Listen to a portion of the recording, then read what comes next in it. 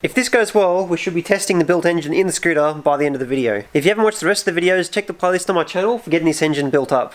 The last part I've been waiting for is this, which is a clutch. This is the only new part on the whole engine, and it's an AliExpress special, so we'll get it fitted together. I have a combination of random bits and pieces from old scooters and other scooters and different models and that. This is for a DO50. This is not a DO50, but we're going to see if it'll fit. I think it'll work. So the first thing I was hoping is I have this like racy looking clutch bell. It's got like vents in it and little holes and stuff that fits on the spline. I was hoping this clutch would fit it, but this clutch is too big. I do have another stock clutch bell, which is deeper, and the clutch does fit it, but I kind of wanted one with like the cool vents and the holes and stuff in it, so maybe I'll drill holes in this one afterwards if it works well. But it's also like kind of screwed from the old clutch, because this is the old clutch that was on my scooter when I got it. So if someone has more than gotten their money's worth out of that, it should have clutch shoes on it like this, and they've worn the shoe out and then worn the aluminium and everything out.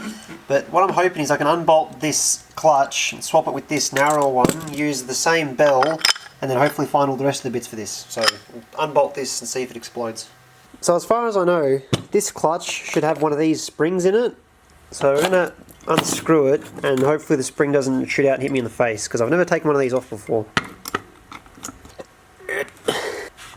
Wow, it's tight. There's not really anywhere to like grab it by, it's all round.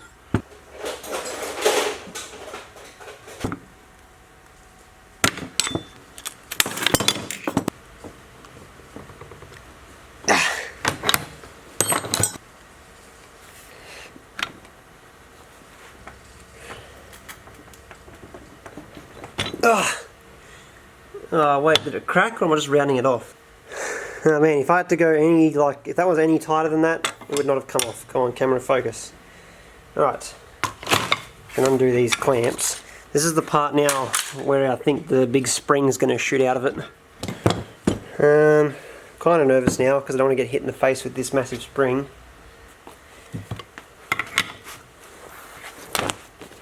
My welding vest is going to protect me when the spring comes out. There's the nut gone. It's going to go any second. I bet you this is going to be like super anticlimactic. I've done like so many turns and it hasn't exploded off yet. This nut must have like a longer shank like thing on the end of it. How's it not come off yet? Okay, that wasn't as extreme as I was expecting. Okay, so it looks like the spring in this one is significantly smaller than the big spring I was expecting. So that's good.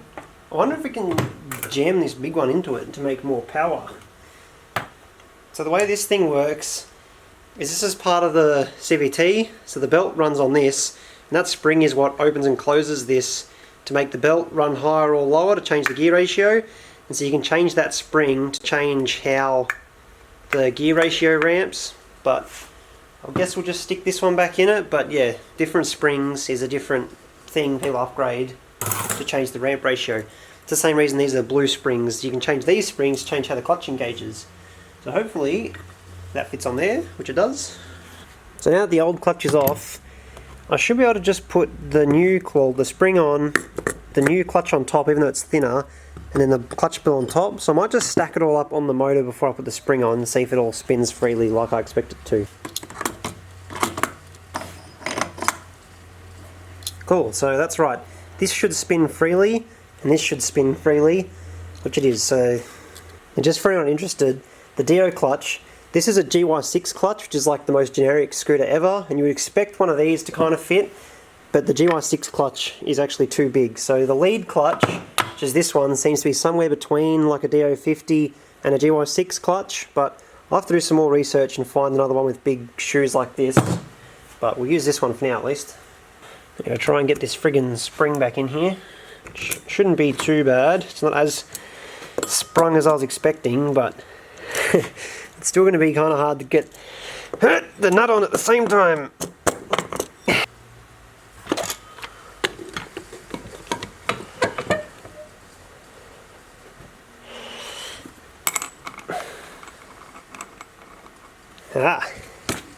It's on. Okay, so now that that's fitted up, we've got this end. This end is the other end of the CVT, so these are two sliding pulleys that go the opposite way to this one. These I already have a fully assembled set. But what I might do is put some lighter rollers in it. So inside this section of it, if I can get it to open, so unlike our other end that we just put back together that's just held closed by a spring, this one is full of grease, but what it has inside here are these sets of weighted rollers, and what they do is these roll backwards and forwards, or they're supposed to, these roll backwards and forwards, and as they roll back, they slide this section of the pulley in and out, which when we get the other end of it, changes the gap between them to change the ratio, and so the heavier the pulleys, and when they spin, the heavier they are, the more centrifugal force they have, they push out sooner and change the ratios. So we can adjust the ratios by changing the weight of our pulley to get the engine RPM to match what the tune pipe and everything is good for. So the first thing I do is clean the grease out of this, because they run a bit smoother with no grease in them, but they just don't run for as long, but it's a pretty common thing to just get rid of the grease. So we'll give this a clean up and then see what rollers we have. So I dug through my box of weights here and got my drug dealing scales out. These are the original weights. The original ones are 15 grams. The lighter the weights are, the higher it'll rev. So these look like, I've got 3 of these. These look like stock ones someone drilled out, which are at 9.5. I've got these with the yellow center, which are 14. They're only just slightly lighter. And I've got these ones which are drilled out slightly more. So I think I'll put the 12 gram ones in, because I did test this pipe on the stock engine and it felt like I needed to rev a little bit higher. So we'll stick the 12 gram ones in and see how our RPM ends up.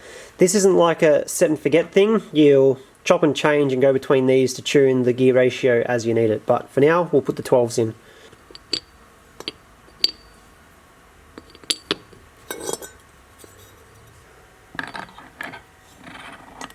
So the last part to put on is the belt. Because the belt gets squeezed up and down with the pulleys, the thickness of the belt is really important. So like the first thing you should really do when you get a CVT scooter is put a new belt on it, because the top speed and everything is all super aligned on the belt. So I put a second hand one on here because that's all I had. But if you're doing it properly, you probably want to put a new one on it. But this should now be everything we need to put the side cover on it, put the covers back on the motor, and then chuck it in the scooter. Now that the other engine's ready to go, the next step is to drop this engine out, ready to put the other one in.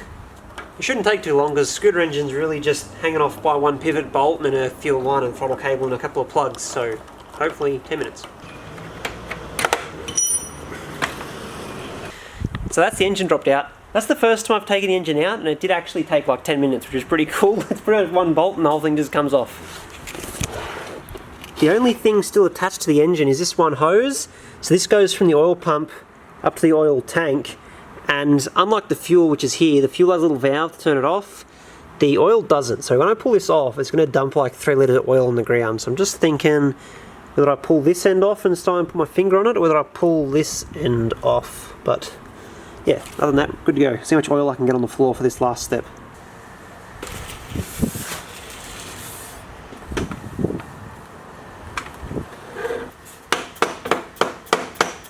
So I'm just hooking everything back up, but I've run into a problem.